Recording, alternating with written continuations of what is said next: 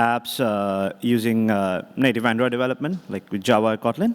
Guess, okay, almost all of you. Anybody has tried out Flutter already? Flutter? Okay. And by any chance, anybody knows about Nativescript? Anybody? Oh, very few people. But I guess React Native, some of you people might have tried out. Great. Okay.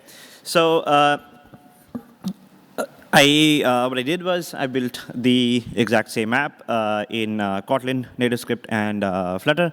And there's a few observations from doing that. What did I learn by doing that? Okay, so basically, just to give an overview of what I have built here, it is, if you go to the website called realworld.io, you'll see there's a very nice project created by the team at Thingster. They have created a standard API, which is like a clone of Medium. You've got users, you've got articles, and people can read articles, comment on articles, and so and so. It's a standardized API. Anybody can build a backend for that API. Anybody can build a front end for that API. A lot of people have built a lot of web apps, Android apps, mobile apps for that. So I made the same app using these three technologies, try to make it as similar as possible to each other. So just to give you an idea of what the website looks like, it's like there's a list of articles. There's not a lot of effort on the UI. It's just you can favorite some stuff, and you can sign in and sign up on the website. Anybody can go and sign up and sign in and check out some stuff.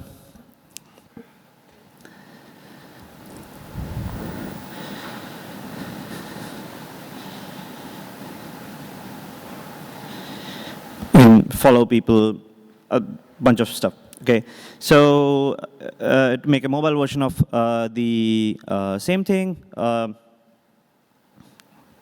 got something like this.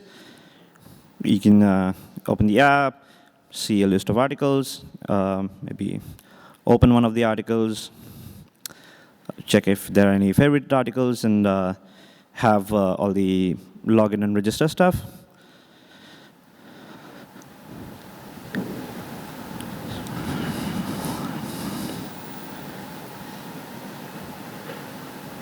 Yeah, so not really a very complex app. I mean, not something close to what you'd be probably building in your companies or something, but gives you a fair bit of CRUD kind of an app. You have an API, downloading stuff, showing a list of articles. So before we begin with the data, the comparisons, and all of that, I would, of course, like to mention that my prior experience and context, because my experience also matters. If I have experience with something already, I'd be able to build that quicker. So I have been working with native Android development for quite some time, so keep that in mind. Like, the time taken to build that app would be less. I would know of better optimizations and better ways to build that. Compared to that, Flutter is something that I just explored a few months back. This is the first time I'm actually making an app, a proper app with Flutter. I've just tried out some UI animations and stuff like that.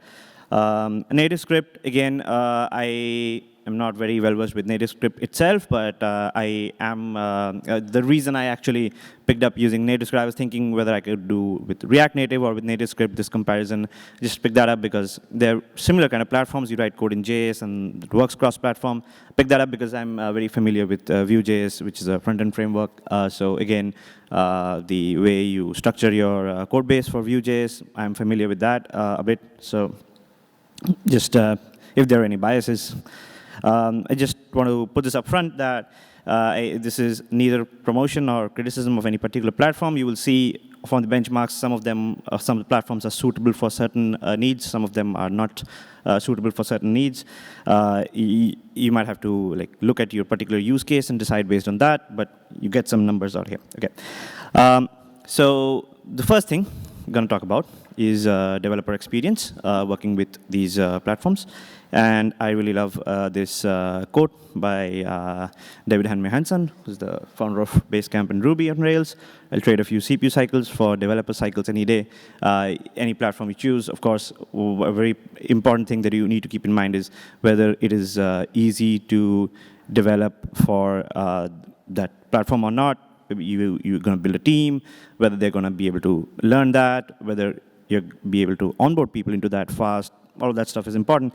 So just give you an intro, some IDs that you can use. I guess you already know Android. You can develop with these two IDs. It's the best way to go forward. You're working with Nativescript or React Native or any JavaScript-related stuff, you got a whole bunch of IDs. You can use a lot of them. Most of the tooling happens via the command line, so the ID that you use really does not matter. It's a command line code that you execute to actually deploy the app, to run the app, to debug the app. Does not really matter much. You can use a bunch of IDs. Flutter has very good support with all these IDs. They have the Flutter plugin, which works with any of the JetBrains IDs. So you got Studio, IntelliJ, WebStorm. It works with all of them.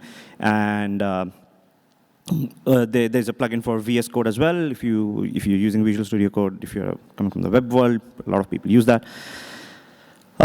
So ideally, when we think of a platform, it usually should be easy to get started with. It shouldn't be a lot of friction to get started with. And so, like my experience with Android, even when I'm setting up a new laptop, not just the one I'm working with for a long time, is usually pretty easy. Though I don't know, like I know a lot of people who are on Windows, they face a lot of problems setting up the Android toolkit, but on Mac or Linux, I have found that just follow all the instructions on the website. It usually just works out of the box. And the best thing is if you get stuck with something, there's a lot of answers on Stack Overflow and a lot of other websites because it's a very, very old way of developing apps. So Flutter, of course, installing the Flutter SDK does involve some command line steps. Shouldn't scare away developers' command line steps, of course, but yeah, you can't do a GUI installation completely. There is a Flutter Doctor command, which when run will tell you if your toolkit has been completely set up or not set up. But I have found that it's not 100% reliable. Sometimes I have seen that I have installed the Flutter plugin inside Android Studio, and Flutter is still complaining that it can't find the plugin. But the app still works, but the Flutter Doctor will be saying that the plugin is not installed, something like that. The project that I created, it did work out of the box. The first time I created the project, like just the sample project that I started, it had I think a button to click, which increased number or something like that. The default project that comes out of the box. My experience with Nativescript was kind of different. It had a lot of CLI-based tips, and the TNS Doctor command also was not reliable. Some of the dependencies, I guess I downloaded some Cocoa pods, some I think some command line tools to install the app and all that stuff. So a lot of those things did not work. I had to tinker around with a few things. I think it took the most amount of time to get Nativescript up and running. I had a similar experience with React Native as well. Kind of broken ecosystem, I felt a little bit. Before we go forward with some benchmarks, I just want to mention that the languages that we're using, I think the apps that I've built the native one in Kotlin. I've built the Nativescript one in TypeScript, and the Flutter one, of course, is in Dart. And if you build a native iOS app, then that's in Swift. And all these 4 languages, there are a couple of websites on the net. TypeScript is like Kotlin, Kotlin is like Swift.com, like that. I really love those websites. They show that the modern multi-platform languages like these 4, they are pretty similar. Like if you check how to print stuff, then variables, you've got constant variables and redeclarable variables. Creating an array, again, very similar syntax. Creating a map or a hash set is also pretty similar syntax, as you can see.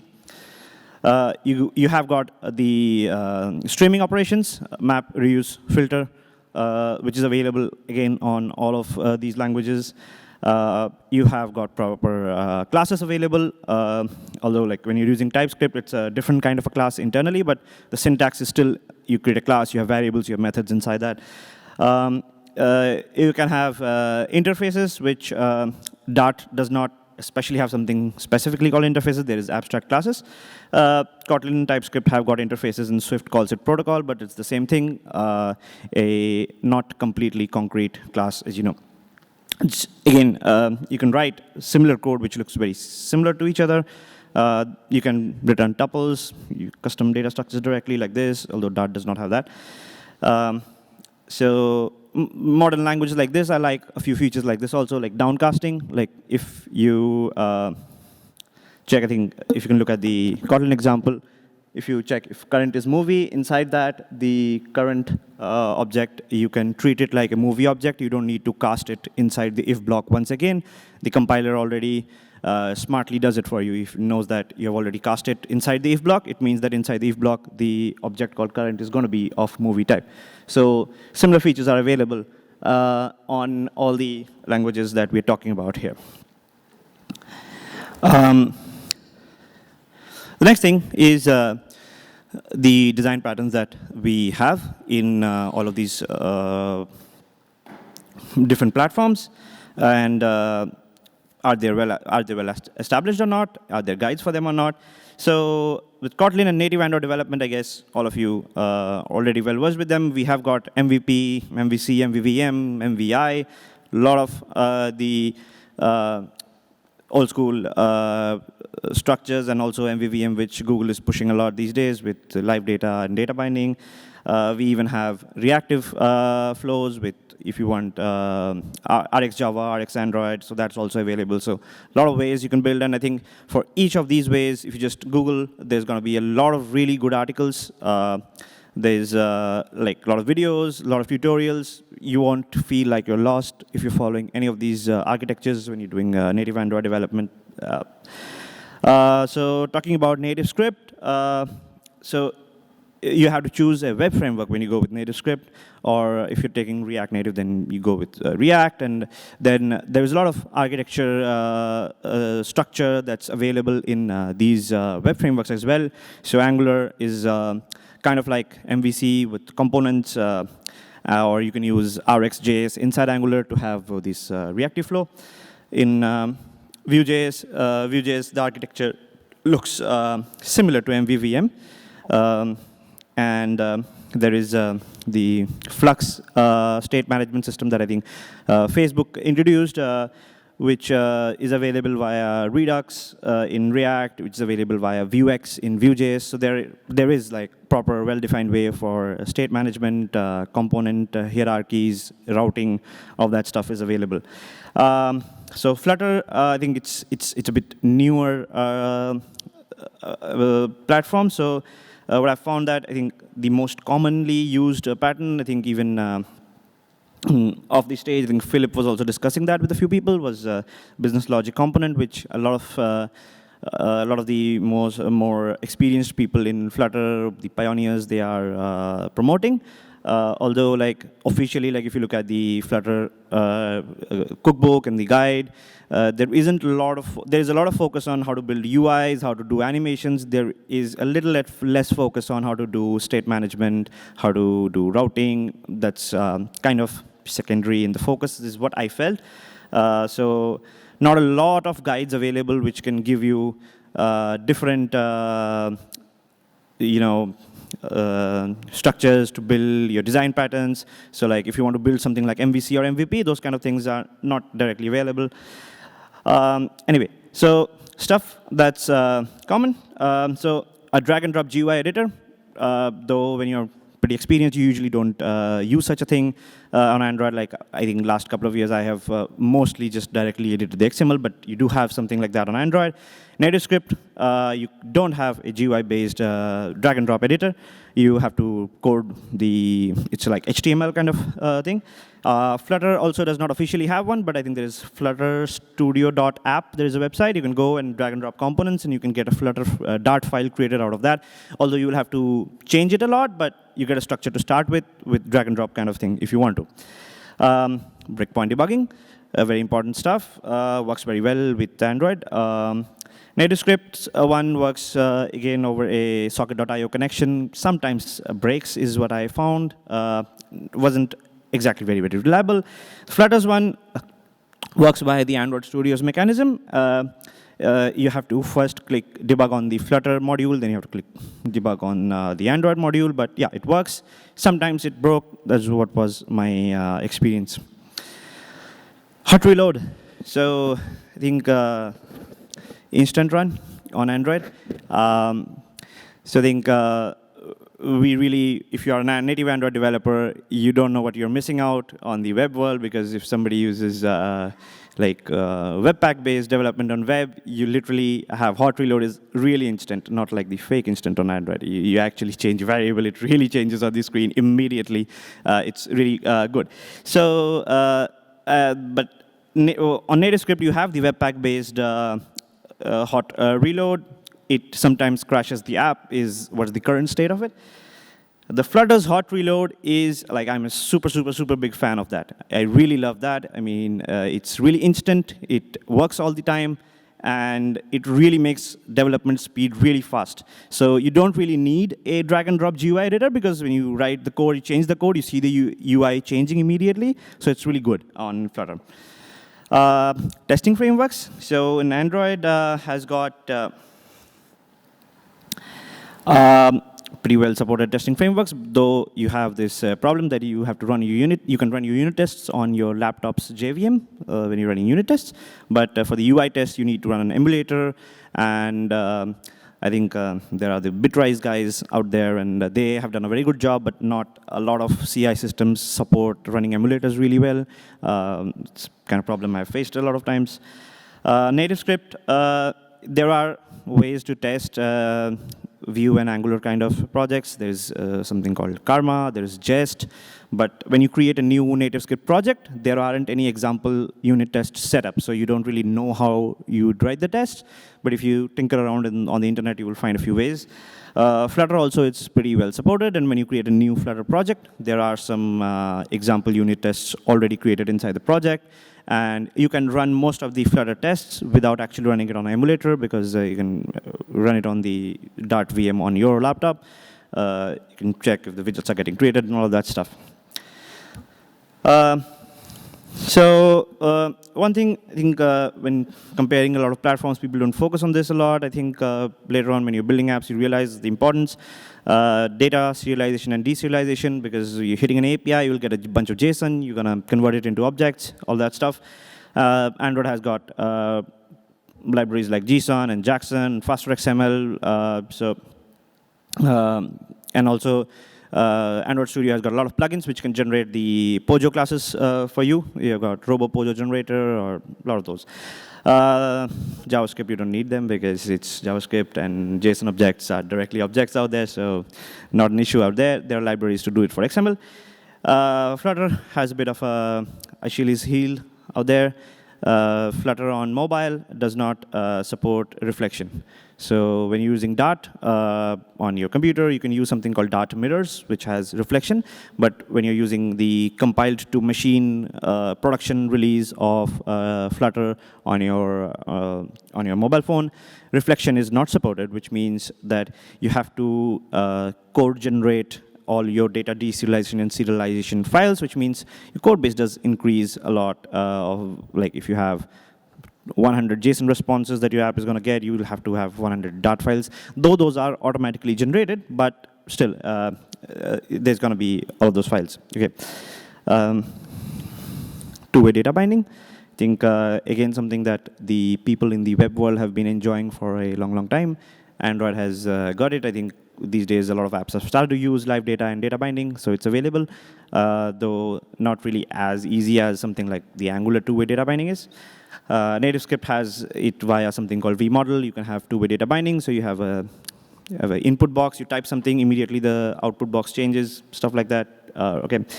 So Flutter does not have two-way data binding as such. So there is something called widget binding, something similar. And finally, ORMs, if you want to store data. So on Android, There is SQLite. There are a lot of ORMs built on top of SQLite. I think everybody's using Room these days. Most new projects you're starting off, Room is pretty good. And Realm you have for your non-SQL kind of data. Nativescript, there is something called Type ORM, which is a TypeScript-based ORM which you can use. On Flutter, there is something called SQFlight, which isn't really a ORM. You have to still write a bit of SQL queries. It's similar to how Room works. So if you don't want to write SQL queries at all in your app, you can't achieve that in Flutter right now. Integrating with native widgets, which means like you have got a awesome Android library out there which you want to use inside your app. Of course, with native Android, you can do that. With Nativescript also, you can do that because the view is getting rendered by the Android SDK. With Flutter, it's not straightforward because the view is getting rendered by Skia, so it's their own graphic layer. There is something which, beta level, there is support for having native widget that works only on Android right now, does not work on iOS, and does not work 100% of the times is what my experience was.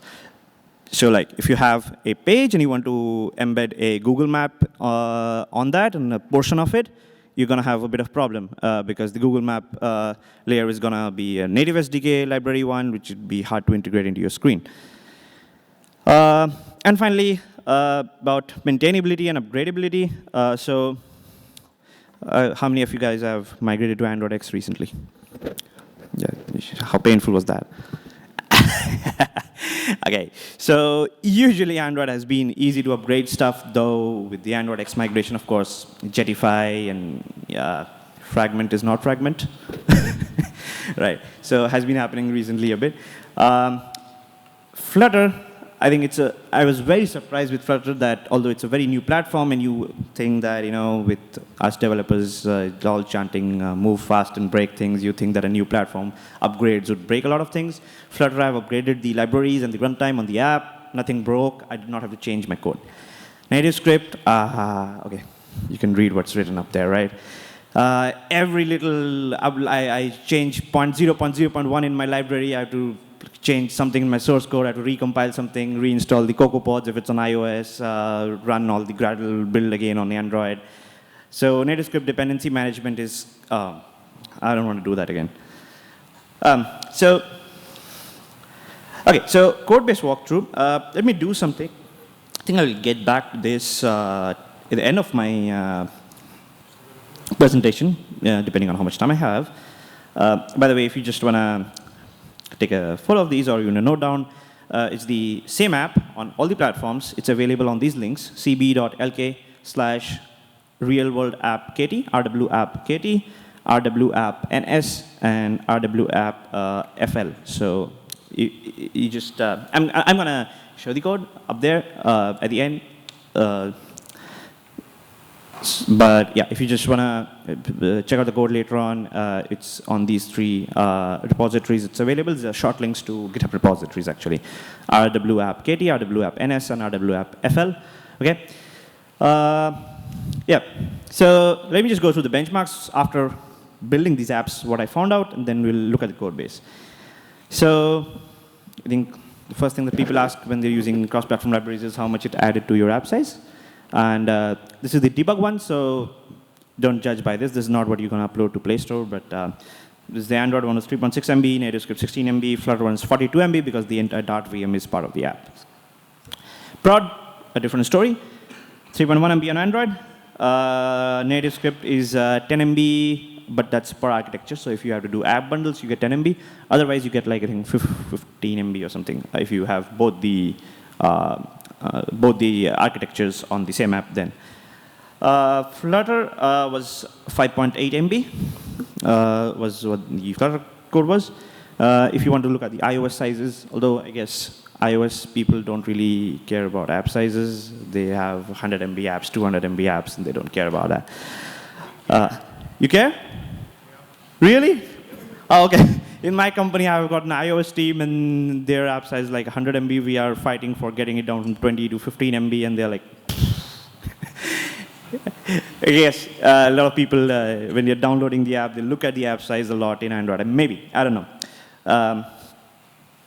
not a very experienced iOS developer. So, peak CPU usage. So when using the app, it's going through like really fast scrolling through the articles, or when the articles are getting downloaded. I think that's when you get a spike or something. So this is just to give you an idea. Like that, it's a very simple app. You can read a list of articles. That's it.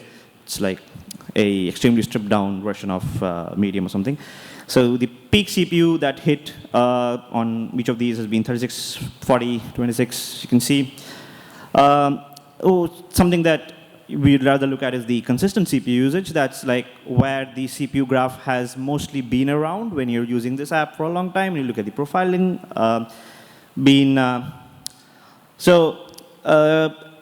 The Flutter one is a little bit higher here compared to the other ones. And I had a little bit of discussion with Philip, who is the PM of Flutter at Google, yesterday.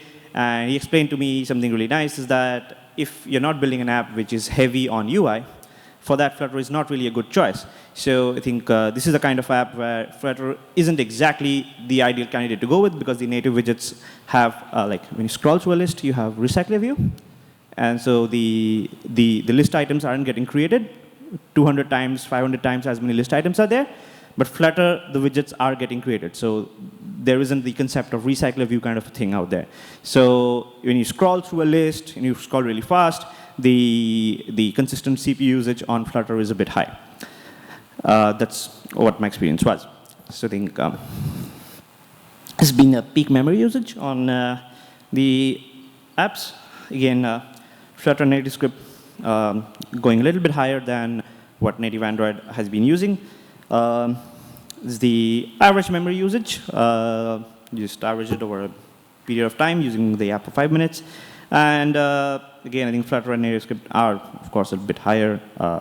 The Android one, like after the list is first downloaded, shown on the screen, very efficient GC runs, it comes down to a lot of very less value, is what I saw. I think, so how many lines of code was involved in writing this app? So some interesting statistics here. The Android one involved, I think, 1,140 lines of code, although out of that, 640 of that is the Kotlin one. It ran more in Java, of course. 500 of that is XML, but I think XML, you are not really writing every line in the XML, but just a measure, of course. Nativescript one was the smallest in the lines of code measure.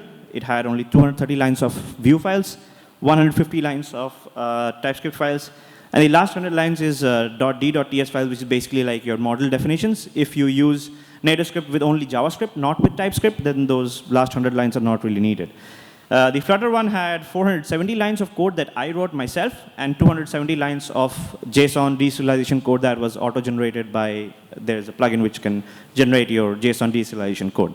So the kind of stuff that JSON converter does, but it's in your code already. This has been the time to build clean app, okay, like just after a Git clone. This has been on my i7 MacBook Pro, which has been 32 seconds, 30 seconds, and 50 seconds respectively, similar on iOS. The dirty builds have been pretty much the same time on all of them. So I've taken an average of 5 runs. So I mean, I don't know. The Nativescript one is less than Android. I don't know why. I thought that the native one would be the least. So this is another measure somebody suggested to me should put in, and I usually, do you guys know about Walker time? So it's a plugin that you can install in your IDE, and it can measure how much time you've been coding on a particular project. So I have that installed on all my IDEs, so I can measure how much time I have spent coding on a particular project. And I think this is a really interesting measure for me, is that me being really experienced in Android, like spent a lot of years, and still the amount of time it took me to build the Nativescript one and the Flutter one was less than the amount of time it took me to build the Android project. Especially the Flutter one, because even when I'm building the Nativescript one, I have a lot of idea about how a Vue.js project is structured, how I go about downloading the data, showing the data, all of that stuff. I have experience. Flutter, I literally was learning Dart and learning how Flutter works along with the project. And it still took me less time than it took me to build the Android project. So pretty interesting stats out there. Some Conclusions, summarize the fact, I think what I took away from that, if you need a lot of background services, GPS, geofences, Bluetooth hardware, telemetry stuff, you would have to touch native code anyway, even if you're doing with the cross-platform frameworks. If performance optimization, app size, these things are important, then again, native is the way to go. Of course, the time, energy, money investment is high. You would need 2 native teams if you're working on multiple platforms. Onboarding people might get harder. And like Android development, of course, has become more complex over the years. Nativescript or React Native, I would suggest to people who already are very highly invested into front-end web development, and you can transfer a lot of your skills up from there. Sharing code from your website and your app is possible here because you can write a lot of JavaScript libraries, which you can use on both sides. But the app size and performance takes a hit. If you run into a lot of, when you upgrade your libraries and when you have some errors and you're debugging them, you have to read a lot of JavaScript errors and then a lot of Java errors. So you really have to understand how the platform is working when you're working on a proper full-time project, which is, I mean, a lot of these cross-platform frameworks sell themselves as, you don't need to learn native. You can just, learn a little bit of JS and you can start building apps, which I think is not right.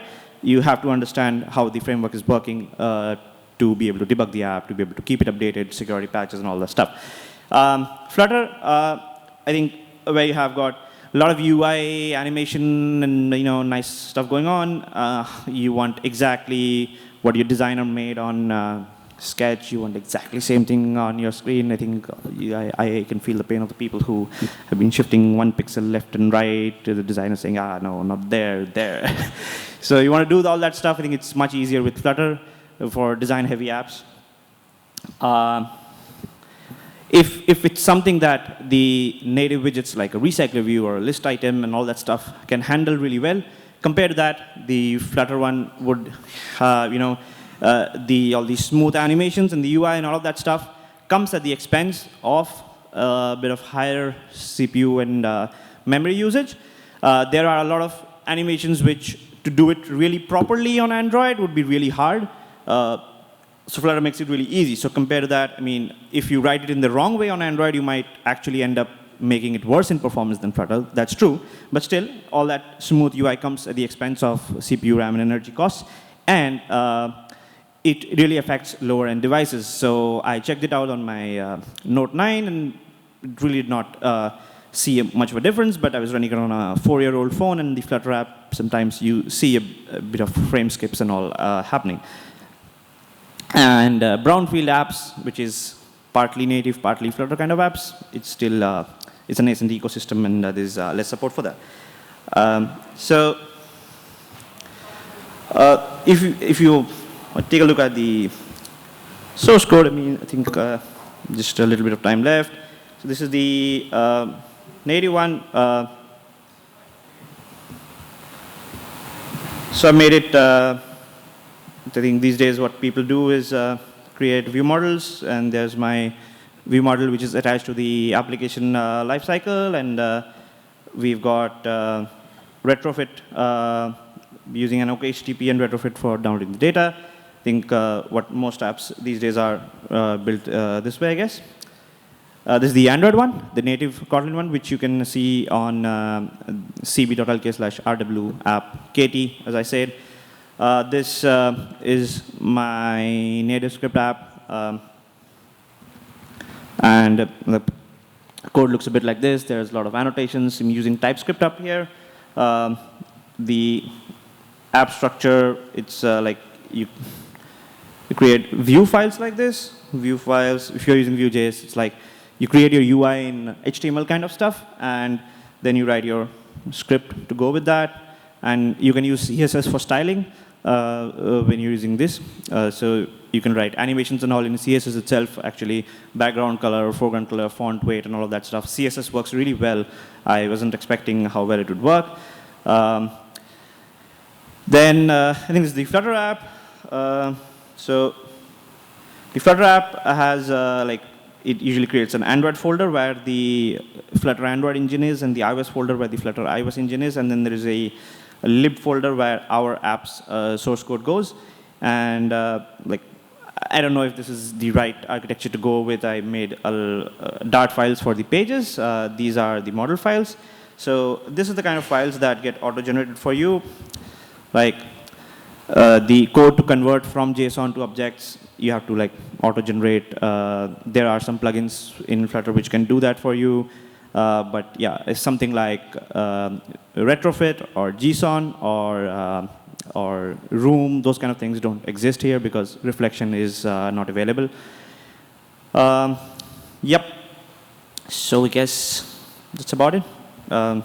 If anybody has any questions.